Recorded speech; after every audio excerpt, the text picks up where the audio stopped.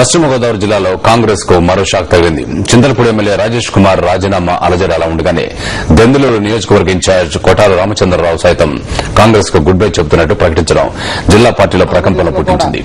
ఆయనతో పాటు నియోజకవర్గంలోని సుమారు 50 మంది మాజీ సర్పంచులు, మాజీ ఎంపీపీలు, మాజీ ఎంపీటీసీలు పార్టీని వీడి వైఎస్సార్ కాంగ్రెస్ పార్టీలో చేరబోతుండడం చర్చనీయాంశమైంది. తొలుత మండల కాంగ్రెస్ కన్వీనర్ గా రాజకీయ జీవితం మొదలుపెట్టిన ఆయన ఆ తర్వాత క్రమక్రమంగా పార్టీలో ముఖ్య నేతగా ఎదుగుతూ వచ్చారు. వైఎస్ సంక్షేమ పథకాలన్నీ జగన్ సీఎం అయితేనే కొనసాగుతాయని విశ్వసిస్తూ కాంగ్రెస్ పార్టీకి రాజీనామా చేసినట్టు ఆయన ప్రకటించారు.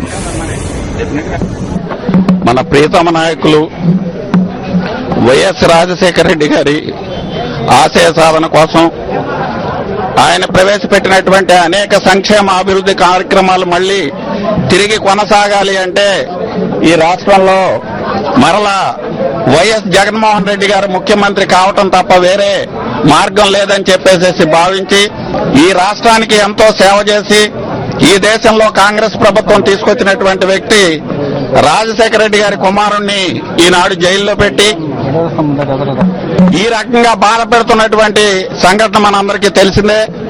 నాని గారి నాయకత్వంలో ఈ జిల్లా నాయకులైనటువంటి కృష్ణబాబు గారి నాయకత్వంలో రేపు 4వ తారీఖున విజయమ్మ గారి సమక్షంలో నేను నాతో పాటు ఒక 50 మంది సర్పంచులు, ఎంపీటీసీలు, ఏఎంసీ చైర్మన్లు వీళ్ళంతా కూడా ఆ రోజు కొవ్వూరులో చేరటానికి